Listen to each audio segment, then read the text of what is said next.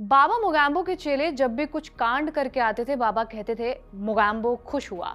Film के रसिक जानते होंगे कि ये मिस्टर इंडिया का डायलॉग है। एक मिस्टर इंडिया टाइप मामला अमेरिका में भी चल रहा है, लेकिन हायरार्की थोड़ी अलग है। वहां कारस्तानी मोगैम्बो करते हैं और खुश होता है उनका चेला। डोनाल्ड ट्रंप चीन पर टैरिफ लगा दें, भारत पर पेनल्टी लगा दें या पुतिन को सैंक्शन की धमकी दे दें, तो राष्ट्रपति के एक सलाहकार हैं जो कहते हैं नवारो खुश हुआ। पीटर नवारो, ये इनका पूरा नाम है। ये वही शख्स हैं जो टैरिफ पर ट्रंप के कान फूंक रहे हैं। आप देखिए ये गेम कितना दिलचस्प है। अमेरिका है कैपिटलिज्म का मक्का, रिपब्लिकन पार्टी मानती है फ्री ट्रेड में, और ट्रंप है बिजनेसमैन। ऐसे में किसी ने ये नहीं सोचा था कि अमेरिका दुनिया भर से इंपोर्ट ब्लॉक करने के लिए एक्साइज ड्यूटी या टैरिफ लगाता फिरेगा। सैंक्शन टैरिफ का game America second world war के बाद से ही खेल रहा है, लेकिन अमेरिका घाटा कम करने के लिए इंपोर्ट टैरिफ लगाकर अमेरिकी जनता को ही सजा देने का जो लॉजिक ट्रंप निकाल कर लाए हैं वो पहली बार हुआ है। और ये काम ट्रंप ने अकेले नहीं किया है, उन्होंने एक प्रोफेसर की मदद ली है जो कभी डेमोक्रेट थे, पॉलिटिक्स में आना चाहते थे लेकिन चुनाव नहीं जीत पाए। फिर भी आज प्रोफेसर वहीं बैठा है जहां से उसने अमेरिका नहीं पूरी दुनिया की नाक में दम किया हुआ है। हेलो, मैं हूं रिया और आप देख रहे हैं खबरगांव। आज आपको पीटर नवारो के बारे में बताएंगे, जिनकी किताब अमेज़न पर ना होती तो शायद वो ट्रंप के चीफ ट्रेड एडवाइजर भी ना होते। इतना तो आप सब जानते ही हैं कि रूस से तेल लेने के चक्कर में इन दिनों अमेरिका नाराज चल रहा है। 18 अगस्त को ब्रिटिश अखबार फाइनेंशियल टाइम्स में एक पीस छपा जिसका टाइटल था India's oil lobby is funding Putin's war machine that has to stop. माने भारत की तेल लॉबी पुतिन की जंग के लिए पैसा जुटा कर दे रही है, ये बंद होना चाहिए। इस ओपिनियन पीस में भारत को अवसरवादी बताया गया और रूस से हमारी तेल खरीद को उसकी वॉर इकोनॉमी को अलग थलग करने की कोशिशों के लिए हानिकारक कहा गया। आगे ये भी लिखा था कि अगर भारत अमेरिका का स्ट्रेटेजिक पार्टनर बनना चाहता है तो उसे वैसा बर्ताव भी करना होगा। रूस और चीन के करीब जाने को लेकर चेतावनी भी लिखी हुई थी। इस ओपिनियन पीस में कोई नई बात नहीं लिखी थी, फिर भी नई दिल्ली के पावर सर्कल्स में इसका एक एक अक्षर पढ़ा गया, क्योंकि लिखने वाले थे पीटर नवारो। नवारो के इस ओपिनियन पीस से साफ समझ आता है कि ट्रंप भारत को लेकर क्या सोच रहे हैं। इन दिनों नवारो का खास प्रेम भारत पर उमड़ा हुआ है। भारत पर इस मेहरबानी के पीछे नवारो का अपना दर्शन है, इकोनॉमिक्स का ऐसा सिद्धांत जिसे कूड़े में फेंक दिया गया था, लेकिन नवारो ने उसे चमकाया और ट्रंप के आगे चिपका दिया। क्या है नवारो की सोच, ये समझने के लिए आपको नवारो की जर्नी जो है वो समझनी होगी। पीटर नवारो एक बहुत ही कलरफुल आदमी है। आज चीफ ट्रेड एडवाइजर हैं, लेकिन एक जमाना ऐसा भी था कि वो जेल में होते थे। प्रोफेसर है, लेकिन अपनी एक किताब में नकली चाइना एक्सपर्ट को कोट कर देते हैं। हालांकि इससे उनके कॉन्फिडेंस में कोई कमी नहीं आई। एलन मस्क से उनका झगड़ा हुआ तब मस्क ट्रंप के बहुत खास होते थे। उन्होंने कह दिया कि मस्क तो सिर्फ टेस्ला असेंबल करते हैं, तब मस्क ने उन्हें मोरॉन और डम कह दिया था। मामला इतना बढ़ गया कि व्हाइट हाउस की प्रवक्ता कैरोलिन लेविट को यह कहना पड़ा कि इनका झगड़ा चलता रहता है, boys will be boys. Musk और नवारो में भी बहस टैरिफ को लेकर ही हुई थी। मस्क चाहते थे कि जीरो टैरिफ हो, जबकि नवारो उसे बढ़ाने पर जोर देते रहे थे। नवारो अकेडमिया की दुनिया से आते हैं। 20 साल पहले नवारो हिलेरी क्लिंटन को पसंद करते थे और अमीरों पर टैक्स लगाने की बात करते थे। मैसेच्यूसेट्स में जन्मे नवारो को उनकी मां ने पाला, जो तलाक के बाद सेक्रेटरी की नौकरी कर रही थी। हाई स्कूल में नवारो एक लेचकी किड थे जो कई नौकरियां करते थे और एक छोटे से बेडरूम के अपार्टमेंट में सोफे पर सोते थे। परिवार गरीब था, कई छोटी नौकरियां की और स्कॉलरशिप के दम पर टफ्ट यूनिवर्सिटी पहुंचे। इसके बाद वो हार्वर्ड पहुंचे। वहां पीएचडी करते समय नवारो ने किताब लिखी द पॉलिसी गेम। किताब में सोच ये थी कि टैरिफ लगाना गलत है और इससे पूरी दुनिया की इकोनॉमी को नुकसान होगा। उस समय वो संरक्षणवाद यानी कि प्रोटेक्शनिज्म के खिलाफ थे। प्रोटेक्शनिज्म जैसे सरकार अगर बाहर से आने वाले सामान पर ज्यादा टैक्स लगा दे ताकि लोग अपने देश का सामान खरीदे, तो उसे संरक्षणवाद कहते हैं। 18वीं सदी के बाद दुनिया की इकोनॉमिक्स जिस रास्ते आगे बढ़ी है, यानी free trade, liberal economics, protectionism इसके विपरीत है। ये फ्री मार्केट पर रोक लगाने वाली बात है। नवारो आज इसी विचार के सबसे बड़े हिमायती हैं। पीएचडी करने के बाद नवारो पहले सैन डियागो की यूनिवर्सिटीज में इकोनॉमिक्स पढ़ाते थे। उन्हें यूनिवर्सिटी ऑफ कैलिफोर्निया इरविन में प्रोफेसर की परमानेंट नौकरी भी मिल गई। साल 1992 में पीटर नवारो ने सैन डियागो के मेयर का चुनाव लड़ा और प्राइमरी भी जीत लिया। आम चुनाव में वो आगे थे, लेकिन उन्होंने अपनी कॉम्पिटिटर सूजन गोल्डिंग पर एक एड चलाया।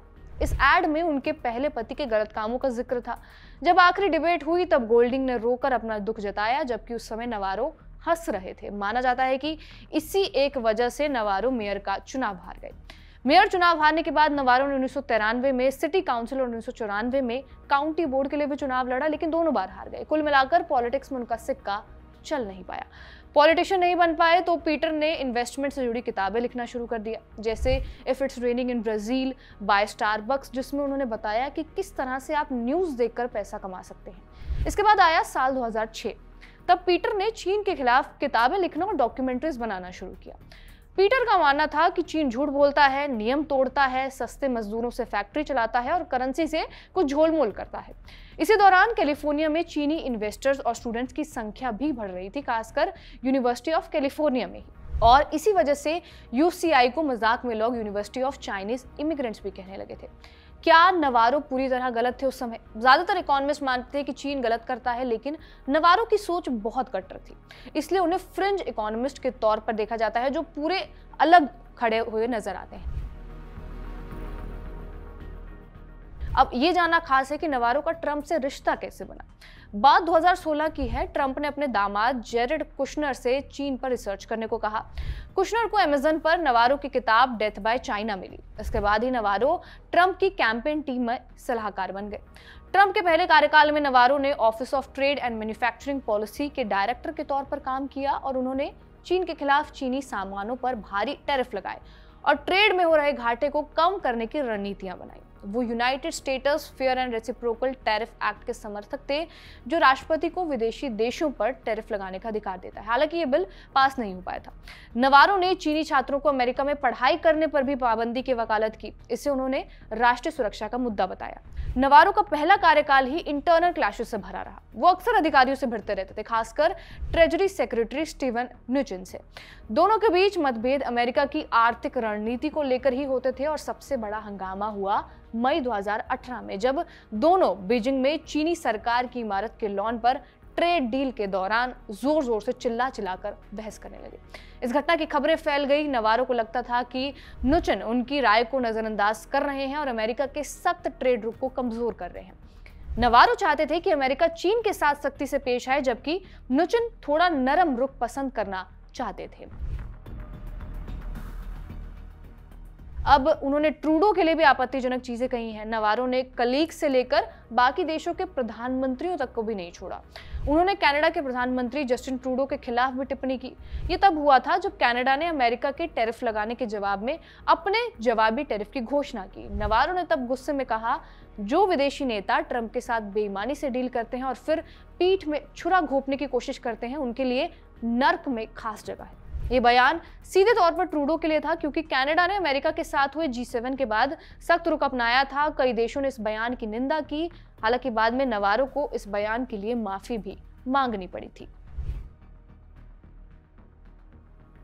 जैसा कि आपको पहले बताया, नवारो इकोनॉमिक्स पर कई किताबें लिख चुके हैं। किताब के चक्कर में ही उनका ट्रंप से राबता हुआ, लेकिन इन्हीं नवारो पर अपनी किताब में फर्जीवाड़े के आरोप भी लग चुके हैं। दरअसल चीन पर लिखी अपनी किताबों में नवारो बार बार एक एक्सपर्ट को कोट किया करते थे, रॉन वारा। इस शख्स का हवाला उन्होंने अपनी कम से कम 6 किताबों में दिया। रॉन वारा को उन्होंने हार्वर्ड से पढ़ा हुआ इकोनॉमिस्ट और चीन का सबसे बड़ा आलोचक बताया, जो उनके सख्त चीन विरोधी विचारों को आगे बढ़ाता था। लेकिन सच ये था कि रॉन वारा असली ही नहीं था, ये नवारो के अपने नाम का ही खेल था। बस उन्होंने अक्षरों को उलट पुलट कर उन्हें अपना इमेजिनरी एक्सपर्ट बना लिया था। ये राज तब खुला जब क्रॉनिकल ऑफ हायर एजुकेशन नाम की एक मैगजीन ने जांच की और ये पाया कि कोई रॉन वारा नाम का शख्स कहीं मौजूद ही नहीं है। ना हार्वर्ड में उसका नाम था, ना कहीं और। जब नवारो से इस बारे में पूछा गया तो उन्होंने कहा कि मजाक के लिए एक लिखने का तरीका था। कई लोगों ने कहा कि एक प्रोफेसर और नीति बनाने वाले के लिए ऐसा करना सही नहीं था, क्योंकि उनकी किताब की बदौलत ही वो ट्रंप के एडवाइजर बने थे। नवारो ने इसे हल्के में लिया और कहा कि उनकी अपनी क्रिएटिविटी है और उन्हें इससे कोई फर्क नहीं पड़ता कि लोग इस बारे में क्या कहते हैं। ट्रंप के लिए वो इसलिए खास बन गए थे। किताबों में नकली एक्सपर्ट को कोट करने के अलावा नवारो को 4 महीने जेल में भी काटने पड़े थे। क्या था वो पूरा मामला? साल 2022 में पीटर नवारो को अमेरिकी कांग्रेस की अवमानना यानी कि कंटेम्प्ट ऑफ कांग्रेस के 2 मामलों में 4 महीने की जेल की सजा सुनाई गई। ये सजा इसलिए हुई क्योंकि उन्होंने 2020 के राष्ट्रपति चुनाव के परिणामों को पलटने की कोशिशों में कथित तौर पर शामिल होने के बाद कांग्रेस के सामने गवाही देने से मना कर दिया। नवारो ने यह दावा किया था कि 2020 का चुनाव धोखाधड़ी से जीता गया था और उन्होंने ट्रंप के समर्थन में एक स्ट्रैटेजी बनाई जिसे ग्रीन बे स्वीप कहा गया। इस स्ट्रैटेजी का मकसद था कि 6 जनवरी 2021 को कांग्रेस में इलेक्टोरल वोट्स की गिनती को रोकना और प्रभावित करना, ताकि जो बाइडेन की जो जीत है उसको चुनौती दी जा सके। हालांकि जब कांग्रेस की एक खास समिति ने नवारो को गवाही और दस्तावेज देने के लिए 9 फरवरी 2022 को समन जारी किया तो उन्होंने इसका पालन करने से इनकार कर दिया। इसके बाद उन्हें दोषी ठहराया गया। एक मामला गवाही से मना करने का और दूसरा दस्तावेज ना देने का। सितंबर 2023 में उन्हें दोषी करार दिया गया और 2024 में उन्हें 4 महीने की जेल और $9,500 का जुर्माना सुनाया गया।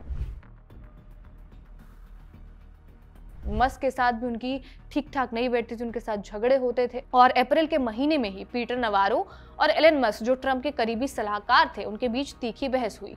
CNBC पर नवारो ने मस्क के अमेरिका यूरोप के बीच बिना टैरिफ के व्यापार के विचार को ठुकरा दिया। उन्होंने मस्क को कार जोड़ने वाला कहा जो विदेशी पुर्जों पर निर्भर है और नवारो चाहते थे कि ये पुर्जे अमेरिका में बने। मस्क ने एक्स पर जवाब दिया कि नवारो बिल्कुल मूर्ख हैं और उनकी बातें गलत हैं। मस्क ने कहा कि टेस्ला की कारें सबसे ज्यादा अमेरिकी हैं। Navarro is a moron and dumber than a sack of bricks. Musk ने नवारो के फर्जी एक्सपर्ट रॉन वारा का भी मजाक उड़ाया और उन्हें मूर्ख तो कहा ही, लेकिन नवारो ने शांत रहकर जवाब दिया कि उन्होंने इससे भी ज्यादा बदतर बातें सुनी है और उन्हें उसकी आदत है। आयरनी ये है कि ट्रंप के लिए अमेरिका में कैंपेन करने वाले बिलियनियर मस्क की राय को अब ट्रंप नहीं मानते, बल्कि नवारो की राय ओवल ऑफिस में मानी जाती है। और चीन को लेकर तो वो हमेशा से ही मुखर रहे हैं। इसी क्रम में एक आपको किस्सा सुनाते हैं। दरअसल साल 2016 में ट्रंप ने इंडियाना में अपनी एक रैली आयोजित जो हुई थी उसमें कहा था कि वो चीन को अमेरिका का रेप नहीं करने देंगे। इस पर पीटर नवारो ने कहा कि ट्रंप ने बिल्कुल सही कहा है। ये टैरिफ के कॉन्टेक्स्ट में था। दरअसल नवारो ने तब कहा कि ये चीन की व्यापार नीतियों में अमेरिका में हुए नुकसान और तबाही का एकदम सटीक वर्णन है। जो हो रहा है वो बेहद विनाशकारी है। असल वर्ड था रेपेशियस। अब नवारो के कहने पर ही ट्रंप ने अपने दूसरे कार्यकाल में कनाडा, मेक्सिको, यूरोपीय संघ और जापान जैसे देशों पर स्टील और एल्यूमिनियम के टैरिफ लगाए। नवारो ने जिन्हें उन्होंने राष्ट्रीय सुरक्षा का हवाला देकर सही ठहराया, लेकिन इन देशों ने इसे गलत माना और जवाबी टैरिफ लगाए। इससे अमेरिका का अपने साथी देशों के साथ भी रिश्ता खराब हुआ। ऐसे में अगर अमेरिका को चीन के खिलाफ मजबूत रुख अपनाना है तो उसे अपने दोस्त देशों का साथ चाहिए।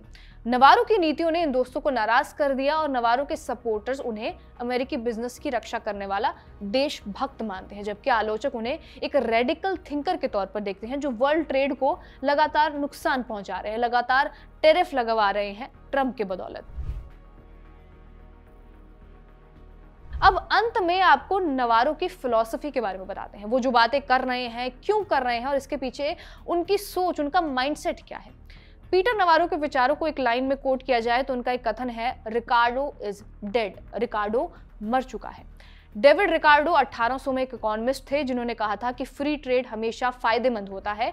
फ्री ट्रेड के खिलाफ नवारो अपनी किताबों में 5 मुख्य तर्क देते हैं। पहला तर्क वो देते हैं कि कंपटीशन का है एक तर्क। नवारो का मानना है कि चीन जैसे देश का मुकाबला करना मुश्किल है। अगर हम चीन से टक्कर लेते भी हैं तो इससे हमारा ही नुकसान होता है, हमारी इंडस्ट्रीज अमेरिका से दूर होती जाती हैं।